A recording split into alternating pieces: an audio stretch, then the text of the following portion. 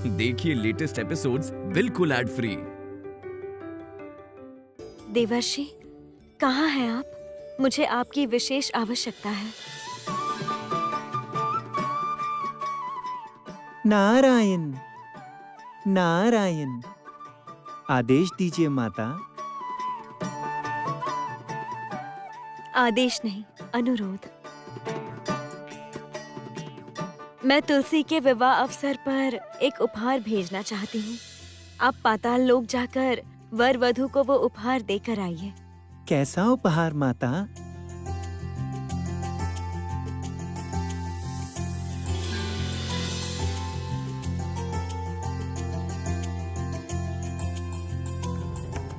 प्रणाम असुर गुरु।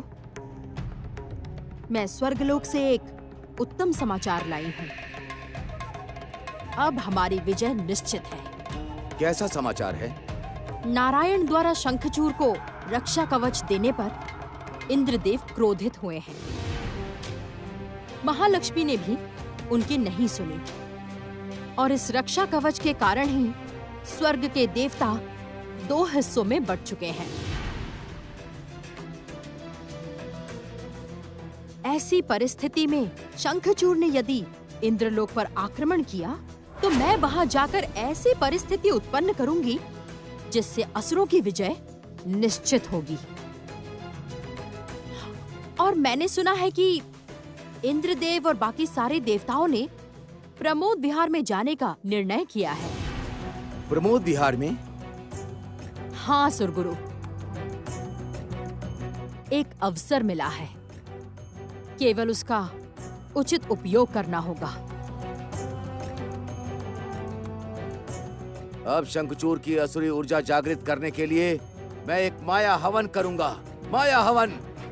सब लोग कहो, जय देवी पातालिका की जय। जय। जय देवी पातालिका की जय। जय। जय देवी पातालिका की जय। जय। जय देवी पातालिका की जय। जय देवी पातालिका की जय।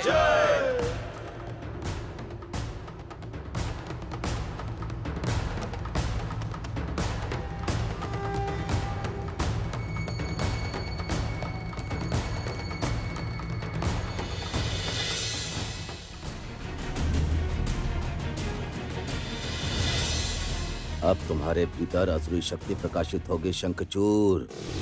विद्वेष, हिंसा, क्रोध, सब कुछ जागृत होगा। ये माया तिलक तुम्हारे भीतर धीरे धीरे परिवर्तन लाएगा।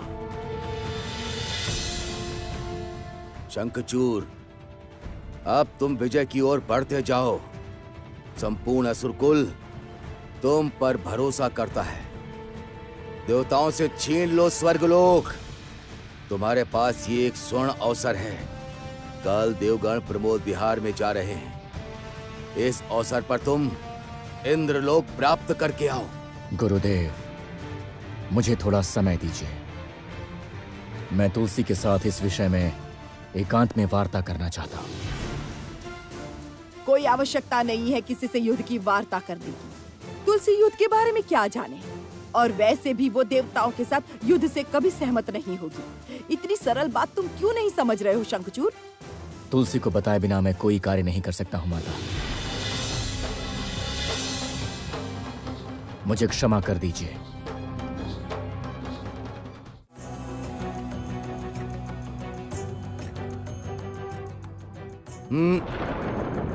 रुक जाओ द्वारका, उसे मत रोको। वो जो करना चाहता है करने दो। ये कैसा सुरक्षा कवच है गुरुदेव? वो देवांशी कन्या तो शंखचूर को नियंत्रित कर रही है। थोड़ा समय दो, सब ठीक हो जाएगा। ये माया तिलक अवश्य काम करेगा।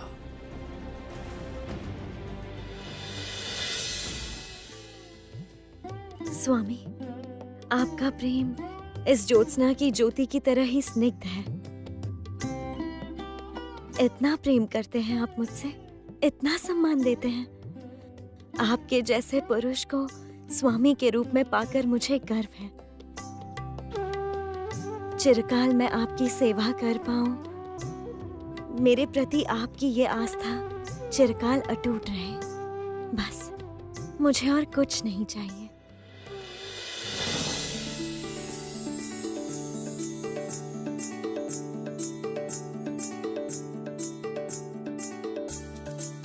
स्वामी आप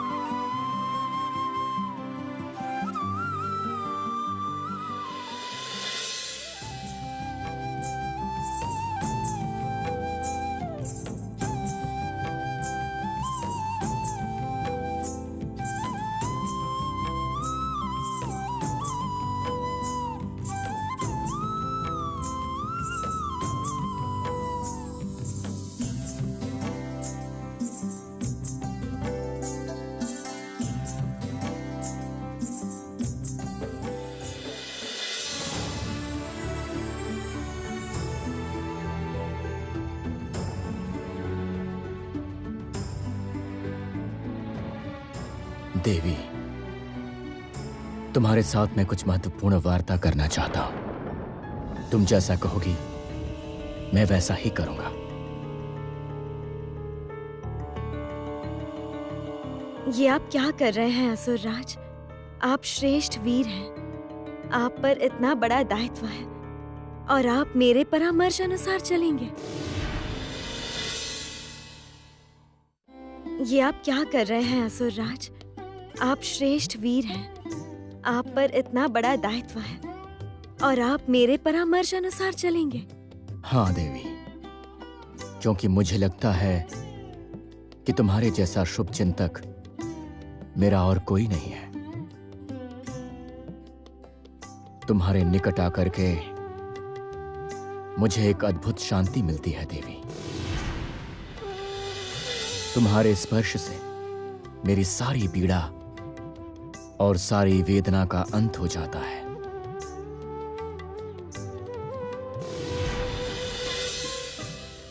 मैं तो केवल तुम्हें जानता हूं तुलसी। तुम मेरे साथ चिरकाल तक ऐसे ही रहना। मैं और कुछ भी नहीं चाहता हूं।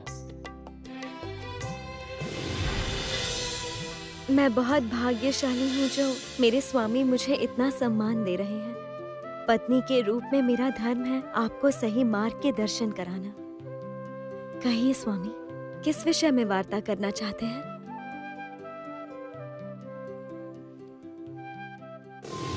मैं सब समझ रही हूँ। शंखचूड़ खतरनाक होता जा रहा है। तुलसी को कुछ अधिक ही महत्व दे रहा है।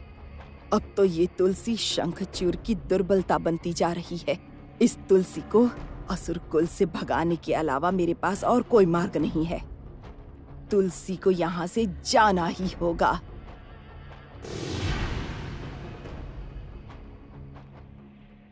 माता और गुरुदेव मुझे स्वर्ग प्राप्त करने को कह रहे हैं।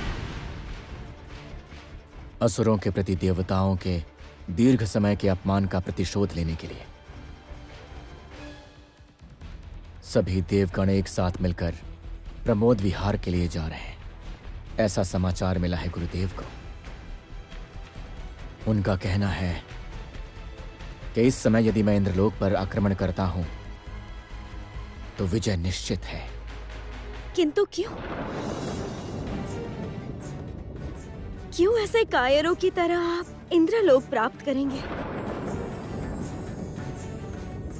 आप वीर हैं।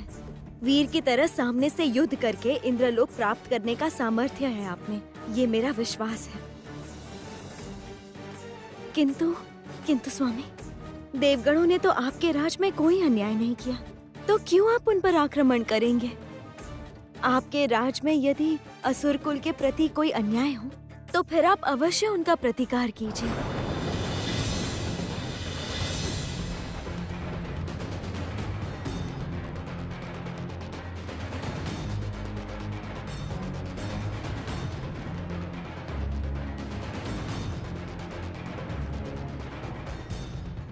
तुमने सही कहा है तुलसी।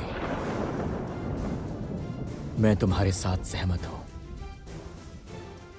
पूर्व में क्या हुआ है क्या नहीं हुआ है इस विषय में मुझे कुछ भी नहीं पता। मुझे माता और गुरुदेव ने जो कहा है बस वही पता है। संभवतः किसी विशेष कारण से असुरगण अमृत से वंचित हुए थे।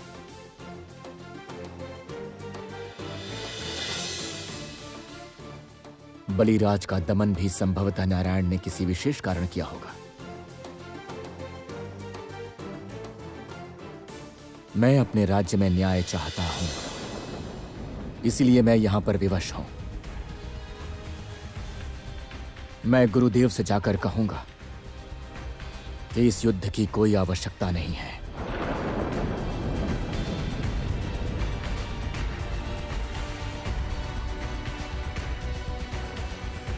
गुरुदेव को अभी सब कुछ बताना होगा।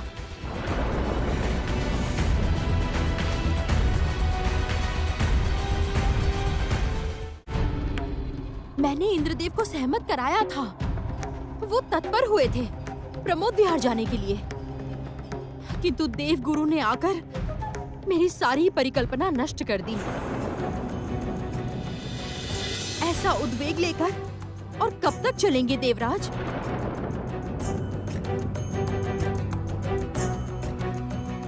सच में देवगणों के साथ बड़ा अन्याय हुआ। अभेद्य कवच असुरराज को दान किया नारायण ने, जिस शंखचूर के पास तुलसी के जैसी शक्ति है। इसके बाद तो असुर कुल की जय जयकार कोई रोक भी नहीं पाएगा। देवी अलक्ष्मी, अब तक तो आप असुरों के पक्ष में थीं, और आज अचानक देवगणों पर इतनी दया क्यों? ये क्या कह रहे हैं अग्निदेव? देवता तो मेरे अपने हैं, किंतु आप सबने मुझे योग्य सम्मान नहीं दिया, इसीलिए मैं असुर कुल में गई थी।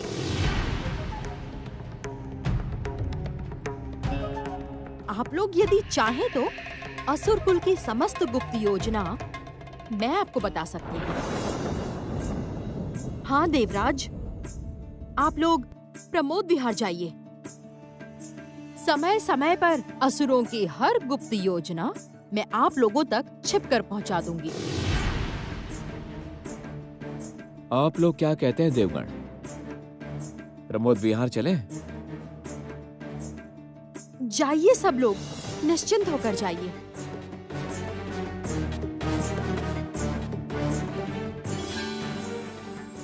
देवी अलक्ष्मी,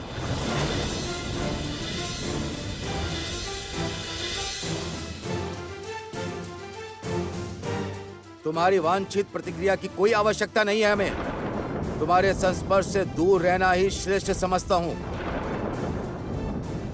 अभी कोई भी प्रमोद विहार में ना जाए। देवगण, देवराज, आप कैसे सहमत हुए देवी अलक्ष्मी के इस प्रस्ताव से?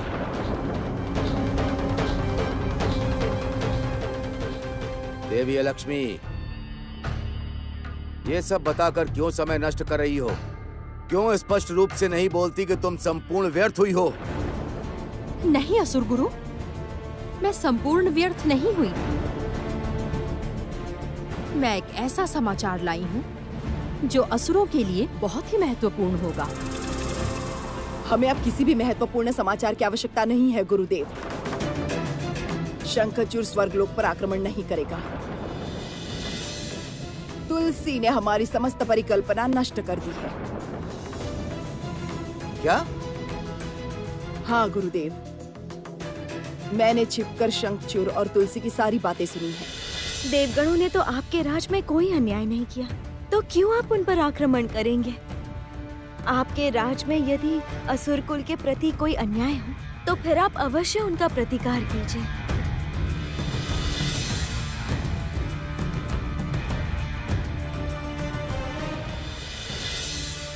मैं गुरुदेव से यह कहूंगा कि युद्ध करने की कोई आवश्यकता नहीं है। मूर्ख हो चुका है, शंखचूर मूर्ख हो चुका है। मेरे इतने दिनों की परिकल्पना वो ऐसे व्यर्थ नहीं कर सकता।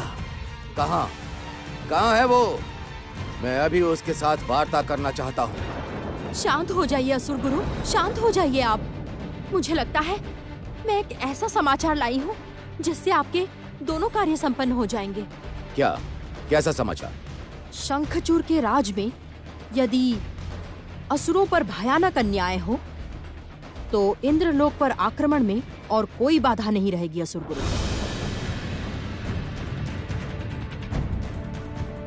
किंतु देवी अलक्ष्मी, यदि वैसा ना हो, यदि देवगण ऐसी कोई भूल ना करें, और देवता यदि भूल में आकर कोई अनर्थ कर दे तो सुनिए, मैं इंद्रलोक से जब प्रस्थान कर रही थी तब सुनाई दी देवगुरु बृहस्पति की बात। मैंने साधना के माध्यम से जाना है कि असुर शक्तियों में लगातार वृद्धि हो रही है। किसी भी समय वो स्वर्ग पर आक्रमण कर सकते हैं।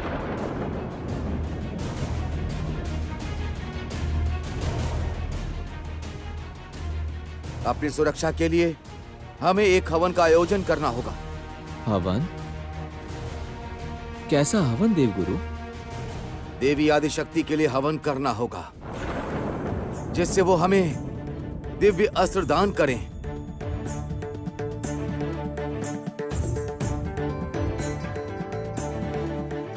ऐसा अस्त्र जो कि अभेद्य कवच भी भेद करने की शक्ति रखे।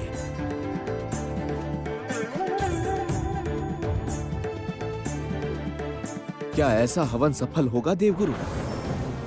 जहां स्वयं नारायण ने कवच प्रदान किया है वहां नारायण जैसे भक्त की प्रार्थना अनसुनी नहीं कर पाए, वैसे ही आदिशक्ति भी नहीं कर पाएंगी।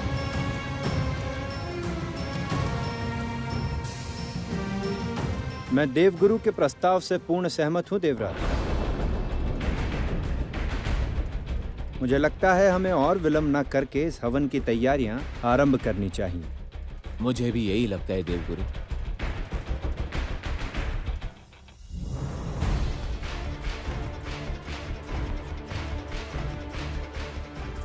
ये हवन यदि असुरगण छिपकर नष्ट करना चाहें, तो देवगण अवश्य उनका वध करेंगे और उस असुर वध के समाचार को बढ़ा चढ़ाकर शंखचूर के कानों तक पहुंचाना होगा। बस तब आप जो चाहते हैं वही होगा। असुरों के प्रति ऐसा अन्याय देखकर शंखचूर शांत नहीं रह पाएगा, है या नहीं? ये हवन कहां पर होगा? नैमी सरण्यम में। किंतु देवी, अपने स्वार्थ के लिए कुछ निर्दोष असुरों की बलि चढ़ाएंगे? नहीं नहीं, ऐसा करना उचित नहीं होगा देवी। कुछ बड़ा पाने के लिए छोटा सा त्याग तो करना ही पड़ेगा असुर गुरु। सुझाव बुरा नहीं है गुरुदेव। असुरों पर अत्याचार हुआ है ये सुनकर मेरा पुत्र अवश्य गरजेगा।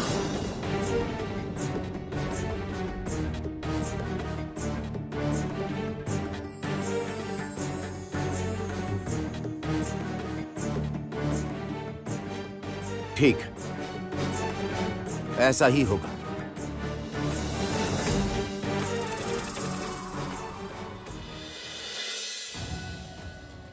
ओम तत्सत। ओम ह्रीं श्रीं आदिशक्ति नमो नमः।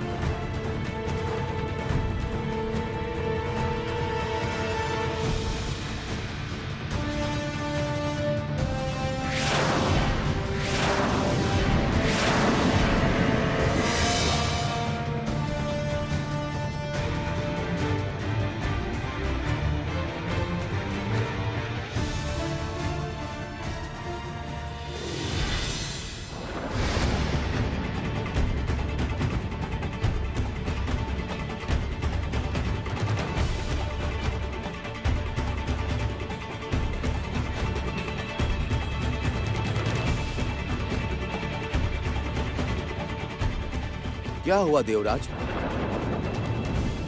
असुरगण हमारा हवन भंग करने आए थे। हमने उन्हें उचित दंड दिया है देवगुरु।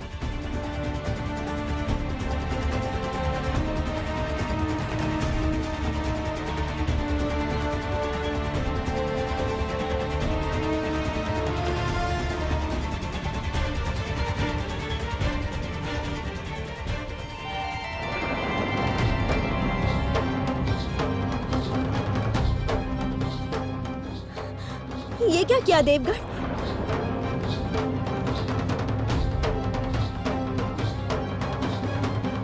ऐसा कार्य क्यों किया?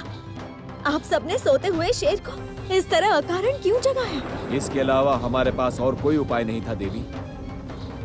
असुरगण हमारा हवन भंग करने आए थे।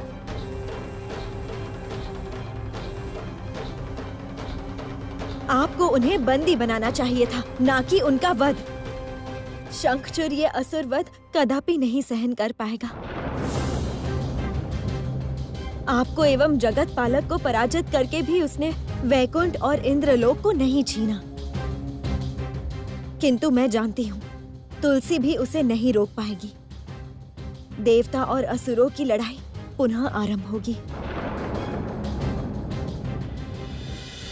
स्वामी, भोजन ग्रहण कीजिए।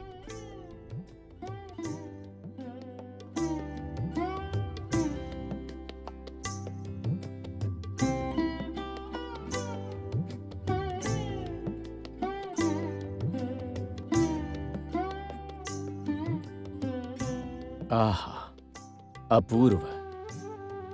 तुम्हारे आने के बाद से मेरा स्वाद भी बदल गया है तुलसी। परम अन्न इतना सुस्वाद होता है, ये कभी समझ में ही नहीं आया मुझे। असुरराज, असुर दुंदु भी आपसे मिलना चाहते हैं। उनसे कहो असुर राज अभी भोजन कर रहे हैं, वो बाहर प्रतीक्षा करें। मैंने कहा है महारानी, पर तब भी वो मिलना चाहते हैं। कोई अति आवश्यक बात है। जाओ, उसे यहाँ भेज दो। जो आज्ञा असुरराज।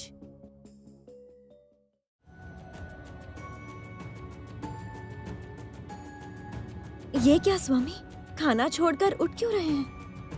नहीं तुलसी, अवश्य कोई बड़ी आवश्यकता है दुंदुभी को।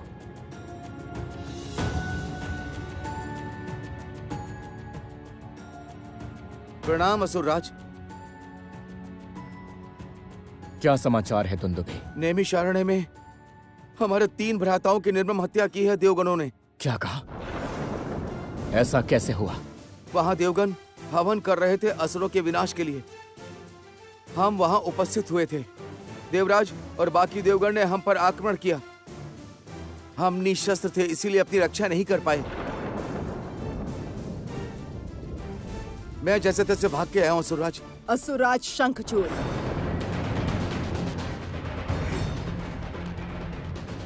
क्या इसके बाद भी देवगण बच पाएगा?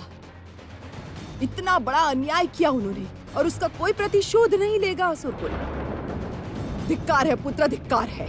तुम जाओ, अंतपुर में अपनी पत्नी के साथ छिप कर रहो। मैं असुर माता द्वारका, मैं जाऊंगी देवताओं से प्रतिशोध लेने के लिए।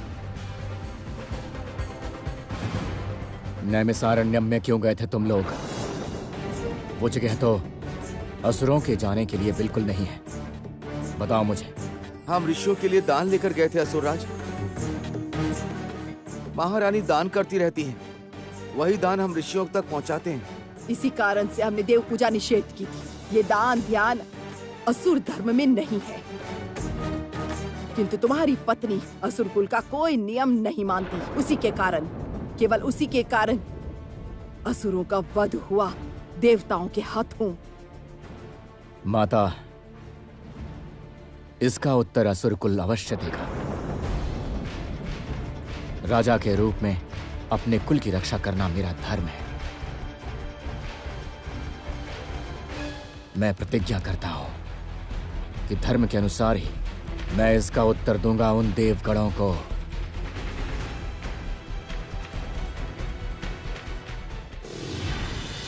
युद्ध होगा ही। कोई नहीं रोक पाएगा शंखचूर को। वो देवलोक पर अवश्य आक्रमण करेगा।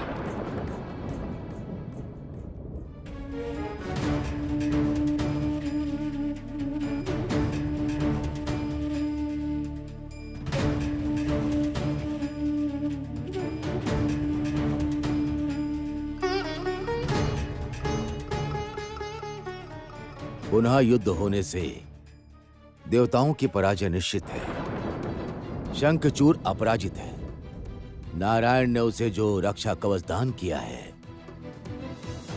उससे उसे पराजित करना संभव नहीं है। हे पिताश्री, अब उपाय? कोई उपाय नहीं दिख रहा है देवगण।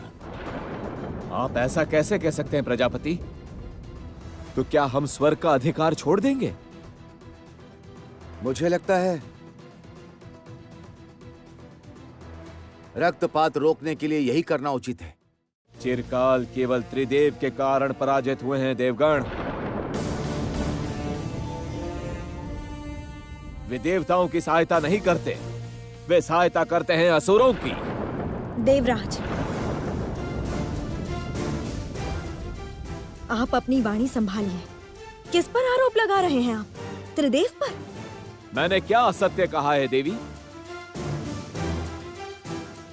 त्रिदेव के आशीर्वाद के बिना, वर के बिना असुर गणों को इतनी शक्ति मिलती? आप अपनी भूल कभी नहीं देख पाते देवराज, इसलिए ऐसी विपदा आई है। आपकी भूल के कारण बार बार देवता एवं असुरों के मध्य लड़ाई हुई है, और अभी भी वही हुआ।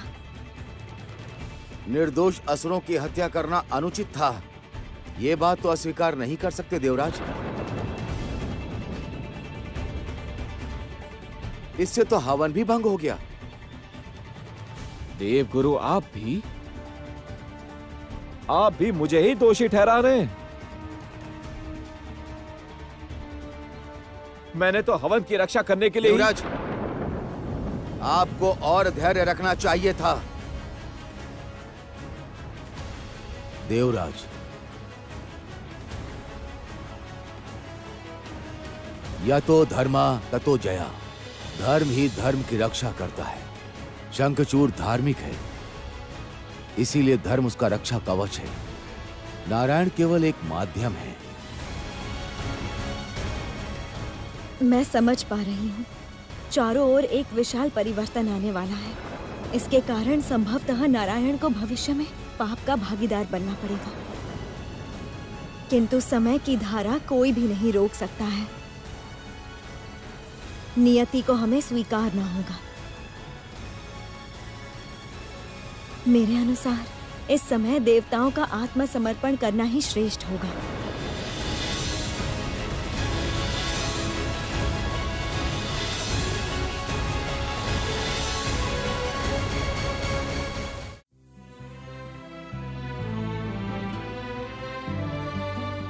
प्रभु, अपने पति की सुरक्षा के लिए मैं आपसे प्रार्थना कर रही हूँ। जानती हूँ कि यह युद्ध देवताओं के विरुद्ध है, किंतु तब भी आपको मेरी प्रार्थना सुननी ही होगी। आप देखना, उनकी कोई क्षति ना हो।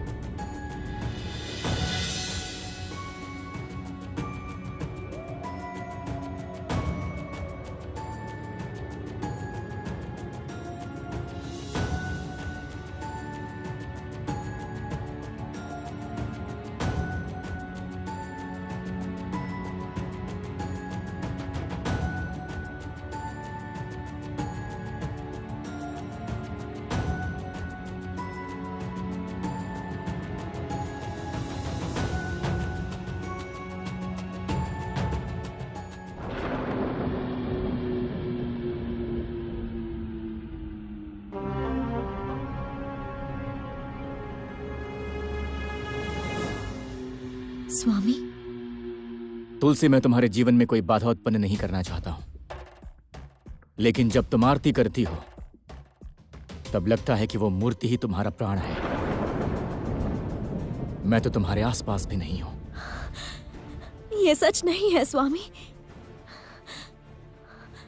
तुलसी, मुझे वचन दो कि ये मूर्ति कभी भी हम दोनों के बीच में दीवार नहीं बनेगी। नहीं स्वामी, यदि कभी ऐसा हुआ तो मैं अपने प्राण दे दूंगी, स्वयं को नष्ट कर दूंगी। उसी दिन मेरी चिता जलेगी।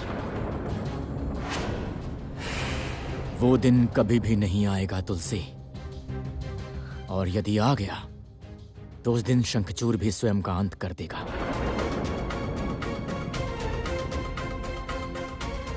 अब मुझे अनुमति दो देवी, मुझे युद्ध में जाना होगा। क्या युद्ध की आवश्यकता है असुरराज? ऐसा भी तो हो सकता है कि किसी ने आपके पीछे कोई षड्यंत्र किया हो, या फिर ऐसा कुछ हुआ हो जिस विषय में आप जानते ही नहीं। जो भी हुआ हो, निर्दोष असुरों का वध हुआ है, ये बात तो सत्य है। मुझे इसका प्रतिशोध लेना ही होगा।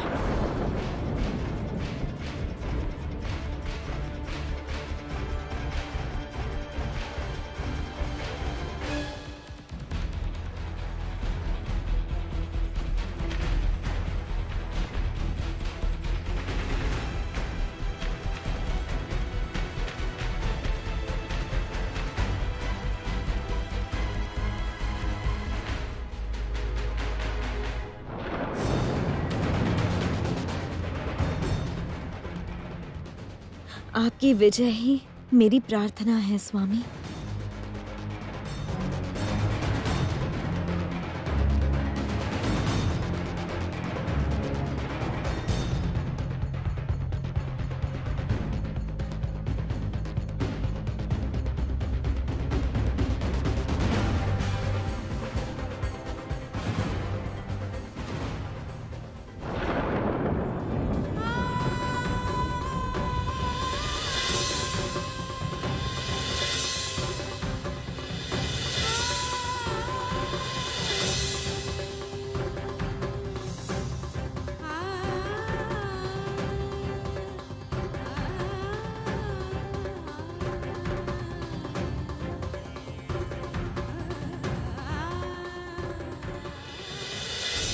जय असुरराज शंखचूर की जय। जय असुरराज शंखचूर की जय। असुरगण, युद्ध का आवाहन देकर समाचार भेजा गया है। जब तक उसका उत्तर नहीं आता हम यहीं पर प्रतीक्षा करेंगे। जय असुरराज शंखचूर की जय।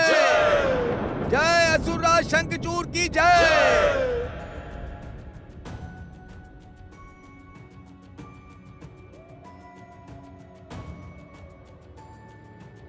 त्रिदेव में से कोई भी अभी तक नहीं आया, किंतु उन्हें यहां आकर हमारी रक्षा करनी चाहिए थी। कोई नहीं आएगा देवराज। चलिए हम आत्मसमर्पण करते हैं।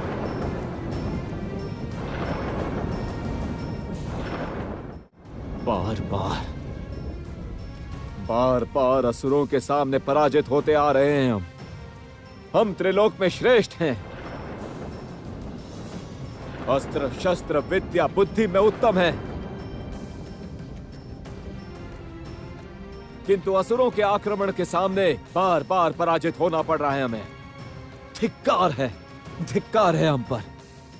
इससे सहज तो मृत्यु होती है।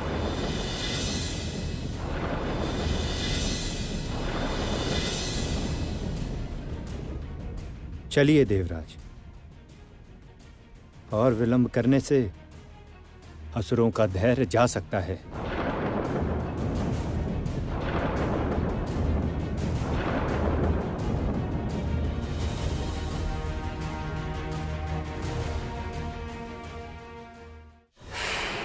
जय असुरराज शंखचूर की जय।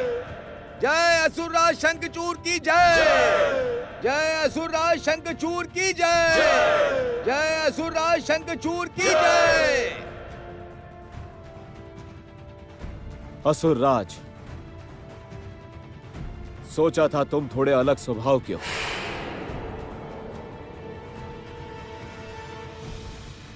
किंतु अब जाना कि सारे असुरों का ही स्वभाव एक है। इंद्रदेव, इससे पहले भी मैंने तुम्हें पराजित करके स्वर्ग का सिंहासन छोड़ दिया था,